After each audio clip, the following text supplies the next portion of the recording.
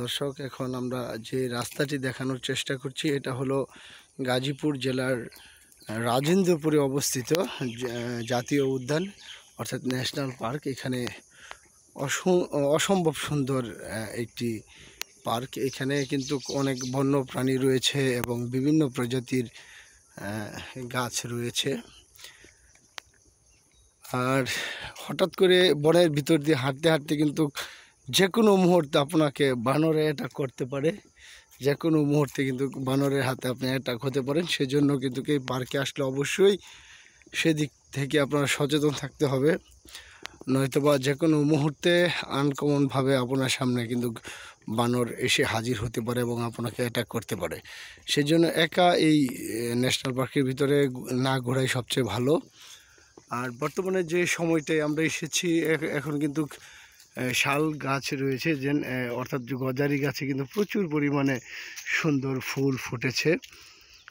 আপনি যদি ভ্রমণ পিপাসু হয়ে থাকেন এবং হাতে যদি একটু সময় থাকে তাহলে কিন্তু আপনি এসে ঘুরে যেতে পারেন এই জাতীয় উদ্যান ন্যাশনাল পার্কে রাজেন্দ্রপুর।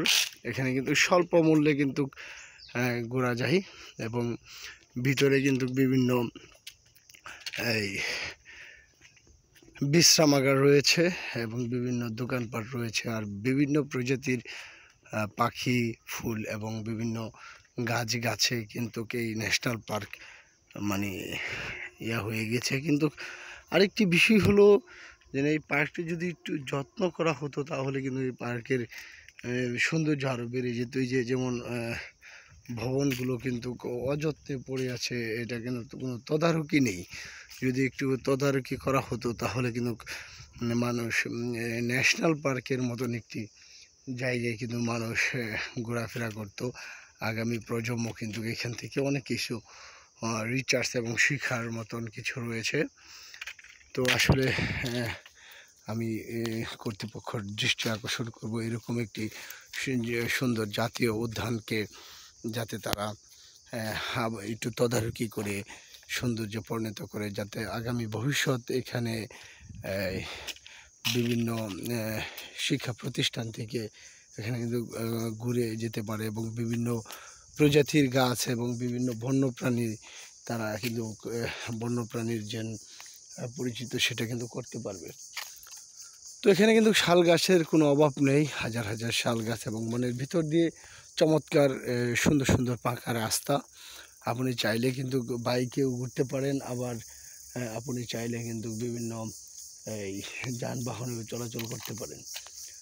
তো আসলে এই বর্তমানে যে সিজনে এসেছি আমরা মার্চ মাসে, এখন কিন্তু বেশিরভাগ গাছের কিন্তু পাতা ঝরে পড়ে গিয়েছে, তো আবার নতুন পাতা গজাচ্ছে আর অসম্ভব সুন্দর লাগছে। বিভিন্ন গাছে কিন্তু ফুল এবং একটু ভিতরে যদি আপনি যান তাহলে কিন্তু ঝিঝি পোকের শব্দ আপনাকে আপনার হৃদয়টাকে একটু কাঁপিয়ে তুলবে যদি আপনি একা আসেন। আর বিভিন্ন পাখি এবং বানর, আবার আরও অনেক প্রজাতি এখানে রয়েছে, হরিণ, সাপ টাপ অনেক কিছু আছে। তো আপনি চাইলে কিন্তু ঘুরে যেতে পারেন এই জাতীয় উদ্যান থেকে। তো ভিডিওটা যদি ভালো লাগে অবশ্যই লাইক, কমেন্ট ও শেয়ার দিয়ে জানিয়ে দেন। আর কে কে এই জাতীয় উদ্যান এসে ঘুরে গিয়েছেন অবশ্যই কমেন্ট বক্সে একটু লিখে যাবেন।